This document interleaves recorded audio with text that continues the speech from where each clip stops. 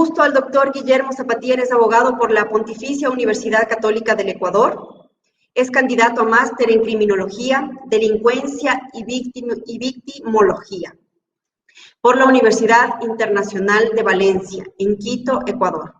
Trabajó en la Cámara de Comercio de Quito, ha pasado por algunos estudios jurídicos prestigiosos dentro de la capital.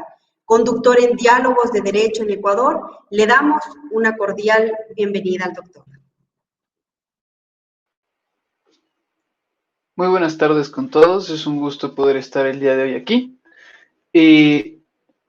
Para empezar, agradecer a BI Legis por esta increíble ponencia, por haber traído a abogados de gran alto nivel. Quisiera agradecer también ya que yo voy a terminar estas transmisiones, agradecer a quienes me antecedieron, el doctor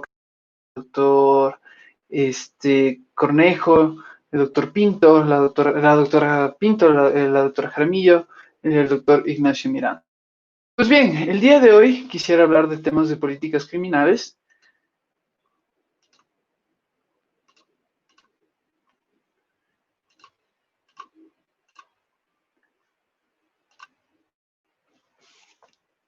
En el Ecuador. Para las políticas criminales en el Ecuador, fundamental tratar lo siguiente. Yo en este momento me encuentro estudiando el máster en criminología por la Universidad Internacional de Valencia y en ese sentido voy a hablar fundamentalmente de las políticas criminales en Ecuador, desde esa perspectiva. ¿Cuál es la definición de una política criminal en todo caso? Jiménez de Azúa plantea, junto a Bones List, que es una ciencia independiente con un método experimental, es decir, la política criminal desde este punto de vista tiene que ver más sobre la aplicabilidad del mismo, sobre el estudio empírico de la apuesta de la política criminal. Y el objeto de análisis, que también de alguna u otra manera ayuda a definirlo, es el estudio de toda respuesta del Estado a través de doctrinas penales realizables en un contexto determinado ante las conductas delictivas. Este objeto de análisis, que también sirve como una definición, de igual manera fue una paráfrasis de Jiménez de Azúa, debido a que hizo un análisis bastante amplio sobre el tema. Para mí es mucho más embarcador de lo que existía como definiciones clásicas de la política criminal, que antes solo eran respuestas del Estado para la seguridad del mismo Estado. Más que de la ciudadanía, era fundamentalmente del Estado para el Estado en protección de sus intereses. Zaffaroni establece que como disciplina de observación que determina cuáles son los objetivos de los sistemas penales y en qué medida son alcanzados en realidad. También lo contempla en una forma que a mí me gusta mucho, lo define como el arte de legislar o aplicar la ley a fin de obtener los mejores resultados en la lucha contra el delito. Y él dice que como política criminal es un tipo de política que no es más que un capítulo de la política general de un Estado. Pues bien, la política criminal fundamentalmente tiene que ser entendida, ya lo habíamos explicado, es una ciencia propia, es una ciencia experimental y en contrario a la otra ciencia que es a la que nos abarca en este día de hoy, que es el derecho penal, esta tiene más empatía con sus otras ciencias de aplicabilidad, como lo es la criminalística, como lo es la psicología forense, mayor ejercicio empírico, mientras que el derecho penal es una ciencia de carácter más lógico-deductivo, y es por esta misma relación que se encuentra en pantalla en la que se establece que la criminología es una ciencia empírica interdisciplinar que se encarga de un estudio del crimen, del autor del delito, la víctima y el control social. Entonces, desde un enfoque sociológico, primero abarca el problema real, se inmersa en el problema que tiene una sociedad determinada y establece el estudio sobre los crímenes, sobre cómo se comporta el delito, sobre quiénes son los tipos de víctimas y cuáles son los mecanismos de control social que ya existían dentro de esta sociedad. De esa información recabada, la política criminal transforma esta información y empieza a generar programas u opciones científicas que adicionalmente de estas posibles soluciones de cómo enfrentar el delito, de cómo atender al autor, de cómo entender a la víctima, o cómo establecer o reforzar el control social, Adicionalmente a esto, determina cuáles son las conductas que deberían ser criminalizadas, es decir, dentro de la criminología, cuáles son las conductas de interés que pueden conformar o comprender el crimen y cuáles ya dejan de descriminalizarse. Todo esto tiene que partir de la idea de que estas ciencias sociales son dinámicas y por eso van evolucionando constantemente y por eso van cambiando. Y finalmente, el derecho penal toma de lo que ya se hizo, de este filtro de la criminología a la política criminal, el derecho penal coge y establece un modelo instrumental operativo que concreta las opciones de la política criminal y estas las transforma en lenguaje jurídico. Es decir, en otras palabras, el derecho penal toma las opciones de la política criminal y las normativiza. Ahora, una pregunta fundamental. ¿Existe política criminal en el Ecuador? Muchos diríamos, no, no existe una política criminal en el Ecuador. Creemos que la política criminal en el Ecuador debería ser un texto con, con unos lineamientos muy claros y a eso ya voy a ir adelante. Pero sí existe política criminal en el Ecuador. Vamos a ver qué pasa en este caso. Aparentemente podríamos decir que hay políticas criminales porque la Fiscalía General del Estado ha creado una dirección de política criminal. Su misión, que me permito leer, es proponer la política criminal para la prevención del delito, la seguridad ciudadana a través de la formulación de proyectos y estudios técnicos sobre criminalidad a fin de producir cambios estratégicos para el mejoramiento del sistema de justicia. Sin embargo, en estos casos podemos ver que hay atribuciones y responsabilidades, las cuales las voy a dejar aquí. Son 7, las cuales solo voy a tocar algunos principales, que son generar y proponer líneas de la investigación en criminología y justicia penal, proponer y desarrollar investigación criminológica y justicia penal, dirigir la formulación de los planes, programas y proyectos sobre criminalidad y justicia, implementar planes, programas y proyectos sobre la criminalidad y justicia penal. Existen varios, dentro de todos estos 7 atribuciones y responsabilidades que tiene la dirección, se dice en la misma página, en el mismo portal web de la Fiscalía General, que hay 3 productos de los que salen de esto: la gestión de análisis y estudios criminológicos, la gestión de proyectos de política criminal y la gestión de seguimiento y evaluación de la política criminal. Realmente yo no pude encontrar mucho sobre la gestión de análisis y estudios criminológicos, tampoco de la gestión de los proyectos de política criminal, pero sin embargo lo que sí pude obtener de la misma página fue los insumos técnicos para la gestión de conocimiento dentro de una de las 3 gestiones, que es la gestión de seguimiento y evaluación de política criminal, que yo sí creo que realmente es una información interesante, es una data que aporta y que es una información que en sí pudiera ser catalogada como una parte de la política criminal. Otro ejemplo que tenemos en el Ecuador pudiera ser el Plan Nacional de Seguridad Integral.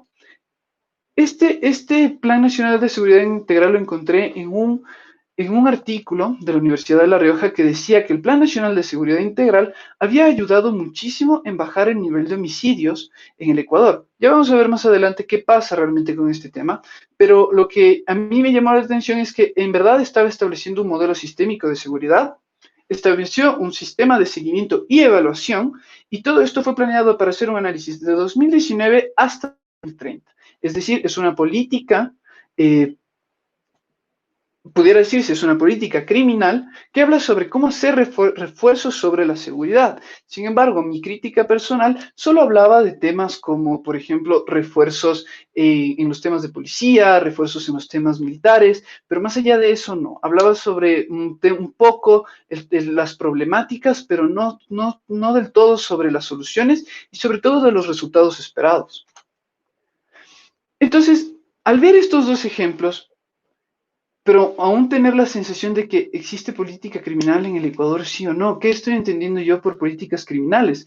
Ya lo habíamos definido, pero hay política criminal en el Ecuador. Y la otra pregunta que sale de esta duda es, ¿cuál es la tendencia de la política penal en el Ecuador entonces? Y estas 2 preguntas se pueden resolver con un artículo muy interesante de Ramiro Ávila que se titula La política criminal en el gobierno de la Revolución Ciudadana, del garantismo al punitivismo. Él plantea lo siguiente en este artículo, en un resumen concreto. Para la constituyente, la Constitución dio un campo de garantismo penal, es decir, nos brindó un espacio que genere garantías al debido proceso dentro del marco del sistema jurídico penal. pero que en 2014 da una vuelta y da un giro y se vuelve a punitivizar. Es decir, volvemos a tener un sistema más castigador que un sistema de reinserción. Ante esto yo estoy medianamente de acuerdo, porque pasa lo siguiente. Tenemos un marco de garantías penales. Sí, sobre políticas criminales en el mundo, lo que se está tratando es políticas criminales de carácter preventivo. No estamos hablando ya de la vieja y clásica definición de que la política criminal tiene que defender los intereses del Estado, sino que la política criminal se enfoca en diferentes factores y el más importante es el social. Por eso este tiene políticas criminales preventivas en donde se enfoca en detener al delito, porque el delito es un fenómeno producto de una relación entre un actor y su víctima. Entonces, existen en estas políticas criminales preventivas tres fases. Una primaria que se enfoca a personas que no han cometido delitos, que son de carácter general, un poco como la clásica estructura de las prevenciones generales, positivas, negativas, y las prevenciones especiales de igual carácter negativo y positivo. Y el fin fundamental es neutralizar las causas de las delincuencias, es decir, los factores influyentes que pueden ser de carácter global, como temas migratorios, nacionales como aumento de la delincuencia, factores de pobreza, baja en los ingresos a la educación, locales, que pudieran ser de los temas sectoriales, por ejemplo, una catástrofe natural que solo haya ocurrido en un punto localizado y que eso haya generado un impacto para la humanidad, e individuales que pueden ser tanto de formación, del entorno, psicológicos, entre otros. Como secundaria tenemos, en cambio, grupos vulnerables a estímulos criminógenos, es decir, tenemos grupos de riesgos que están expuestos a que factores influyentes como los anteriores estén cada vez más presentes. Y el fin de este tipo de políticas criminales preventivas es evitar la manifestación de nuevos delitos en entornos de riesgos determinados. Para este tipo de políticas criminales preventivas hay de mucho. Por ejemplo, tenemos el tema de fomentar espacios de educación dentro de estas zonas, apropiarse de zonas de criminalidad con la intervención de la urbe. Un ejemplo muy interesante de estos temas es hacer cambios de estructura geográfica sobre zonas delincuenciales. Por ejemplo, mucho de lo que pasaba, que no creo que haya sido una política criminal, pero puede ser un buen paralelo, por ejemplo, en los parques. Muchos de los parques en la actualidad ya no tienen arbustos muy altos donde alguien pudiera cometer un delito escondiéndose de alguna manera, ni nada por el estilo, sino que todo es plano, todo adoquinado y con mayor visibilidad o mayor iluminación también en estas áreas. Y la terciaria está enfocado ya a una población penitenciaria. Si la primaria y la secundaria estaba tratando de evitar que se genere un impacto, en la terciaria tratamos de enfocarnos ya en cuando el impacto ha sucedido, es decir, cuando ya el sistema penal entra. No tenemos que olvidar que el sistema penal al final del día, por su carácter coactivo, genera un tema de impacto tanto para la víctima como para el delincuente.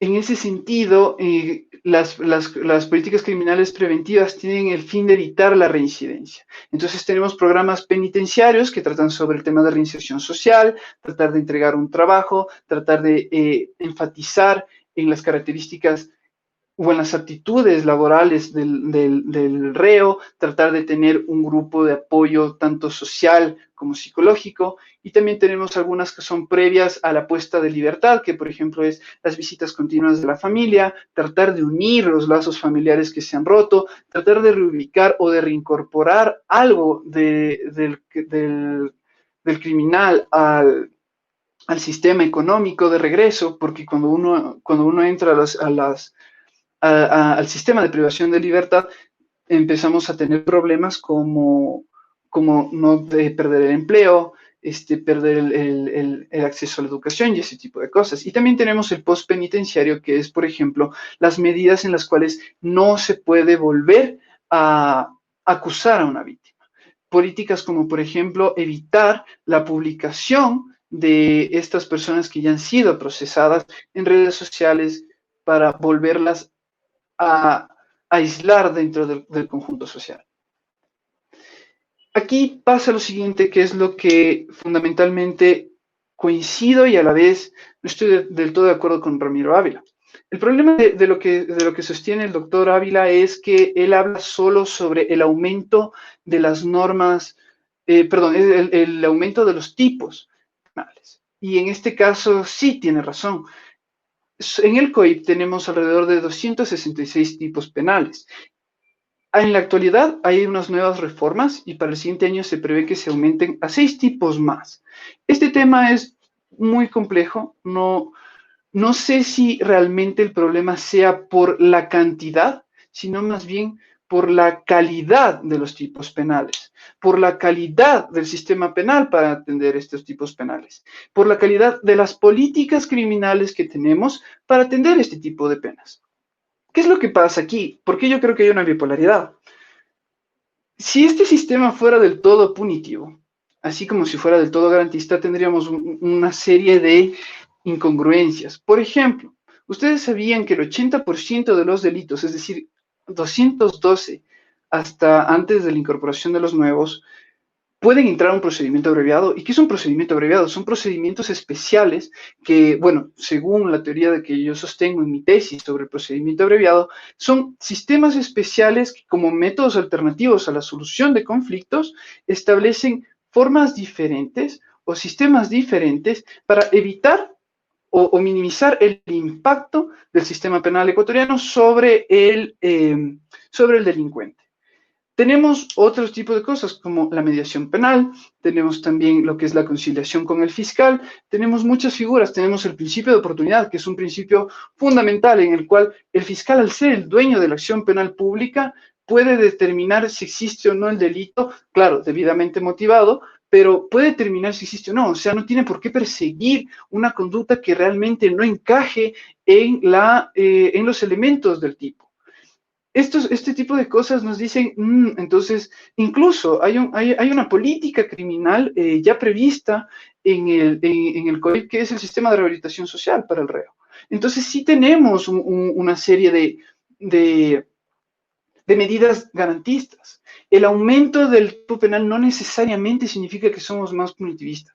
Este tema, a mi consideración, tiene que ser tratado con muchísimo, muchísimo cuidado, pero lo que yo sí puedo decir que sí es una conducta punitiva es, por ejemplo, la resolución número 02-2016 de la Corte Nacional de Justicia, que establece la prohibición de la suspensión condicional de la pena en el procedimiento abreviado. Esto no tiene sentido alguno. Si yo tengo un 80% de delitos que son de hasta máximo de 10 años y que una mayoría de esos realmente llegaban al nivel de 5 a 8 años, eso quiere decir que estos tipos penales son considerados en teoría, en base a una política criminal que en teoría debió haber sido formada, significaría que estos tipos penales no son de extrema gravedad, no son de extrema incidencia del sistema jurídico penal, pero en este caso se prohíbe la suspensión condicional de la pena en el procedimiento abreviado. ¿Y por qué? Realmente aquí hay un problema fundamental y esto es un problema grave sobre el tema de política criminal que vale tomar en consideración. Y es el siguiente. Mi madre, que es abogada, penalista, administrativista y constitucionalista, me dijo algo muy fundamental y quisiera que se queden con eso quien me está viendo. Un abogado tiene que ser político en las cosas que hace. La academia, la práctica y la política son fundamentales elementos para un abogado.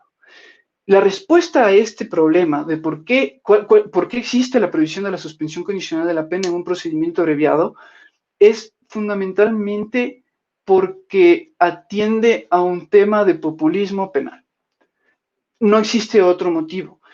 Esto fue un tema que estadísticamente fue algún tema que el Consejo de la Judicatura quiso tratar, pero no existía un estudio de fondo. Y este tema yo no lo pude contestar en mi tesis, que era mi última pregunta, porque decidí que solo era un tema técnico jurídico. Pero no, y por eso es fundamentalmente hablar de política. Y por eso es fundamentalmente que un abogado sea político, y peor aún si yo les estoy diciendo que gran parte de la estructura de cómo debe estar formado el sistema penal es a través de, primero, el estudio criminológico y después la política criminal que se va a ir formulando en el sistema, en la normativa, en el derecho penal como tal. Entonces, esto es un tema de reflexión para mí muy importante. Si nosotros tuviéramos un buen estudio sobre políticas criminales, tendríamos atención a este tipo de estadísticas. El INE está haciendo un muy buen trabajo actualizando este tema. Este es un estudio de 2019-2020 en el cual se demuestra cuáles han sido la tasa de variación acumulada entre los tipos de delitos más frecuentes. Tenemos homicidios intencionales, que habían dicho que se había bajado la tasa. No, puede ser la tasa de variación acumulada del 15.5 al 8.9, pero en cambio el número sigue aumentado. Eso es un tema de estudio de la política criminal. Los femicidios en 2019 a 2020 tienen 2% menos, y aquí en la tabla de variación acumulada dice que ha bajado de golpe. Existe otra fluctuación, otra tabla que lamentablemente no puse aquí, pero se demuestra que en la mayoría de delitos de 2019 hasta febrero estaban aumentando, pero por el tema de COVID cayó de golpe. Entonces, no creo que sea un tema de la solución de que se ha implementado sobre el sistema penal, sino creo que realmente es un tema de lo que pasó antes. Aquí dejo algunas cuantas referencias sobre política criminal de la Fiscalía, el estudio del INE que he tomado, el Plan Nacional, que vale la pena leerlo, y el artículo del doctor Ramiro Ávila. Antes de terminar esto, quisiera primero, una vez más, agradecer a Beigleyes. Quisiera adicionalmente tratar el tema de que la política criminal es realmente muy importante. La política criminal trata muchas cosas y hay muchísimas cosas de las que pudiéramos aprender y que yo creo que ya deberíamos estar tratando.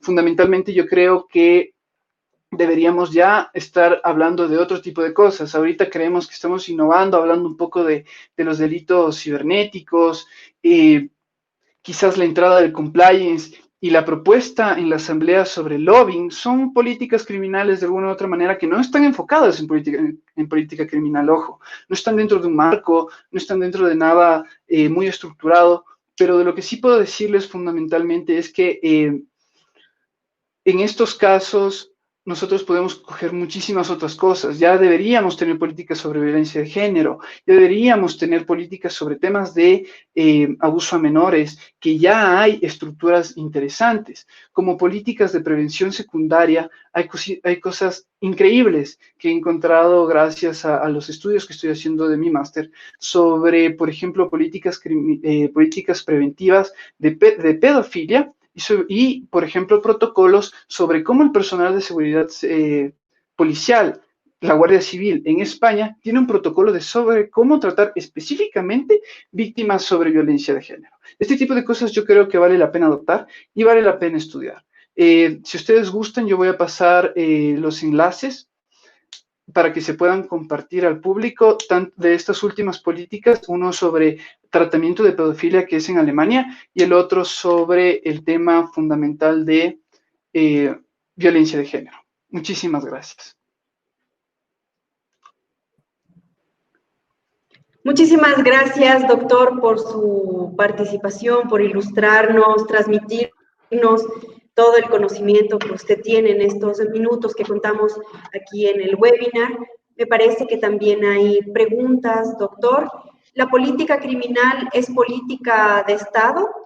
Sí, como bien lo define Zaffaroni, es una más de las ramificaciones de cómo se debe tomar en cuenta la política de Estado en general. Una cosa que muchas gracias por la pregunta, porque fundamentalmente es importante decir esto, parte de lo que yo decía sobre ser político. Para ya las siguientes elecciones, porque ahorita ya tenemos a los candidatos, ya tenemos a las puertas, pero la próxima vez, tanto abogados, tanto criminólogos, psicólogos, que nos hayan visto, civiles, estudiantes en general de la profesión, por favor, cuando tengamos candidatos, exijan 4 cosas fundamentales: política social, económica, salud y política criminal.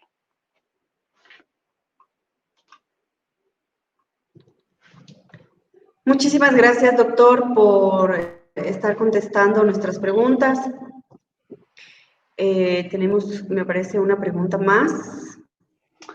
Parece que es un comentario. Sí, sí, es un comentario, Néstor.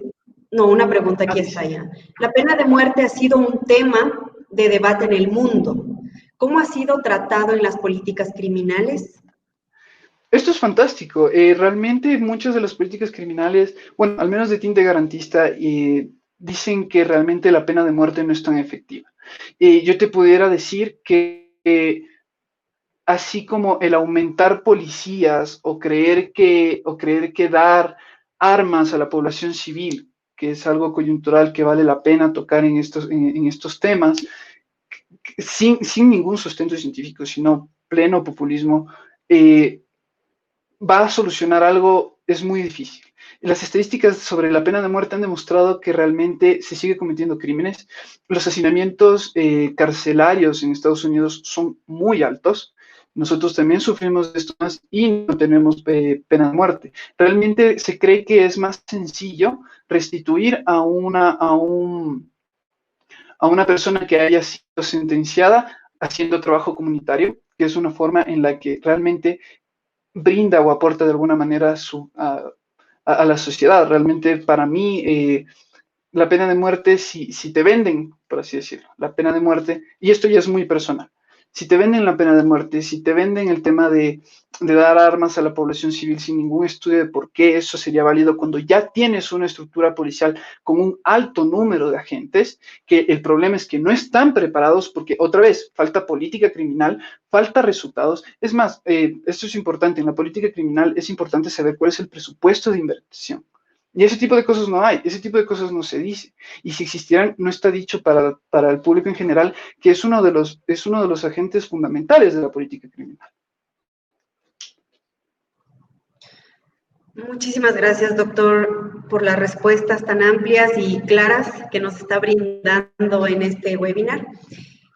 Agradecemos infinitamente su presencia el día de hoy y a nuestro ponente anterior a usted también, el doctor José Ignacio Miranda, por sus aportes en el derecho penal y criminología. Nos han ayudado a cerrar con broche de oro el webinar que ha durado 3 días y hoy pues es nuestro último día. Muchas gracias, doctor, y que tenga una muy buena noche. Muchísimas gracias a todos los que nos han visto. Una muy buena noche con todos.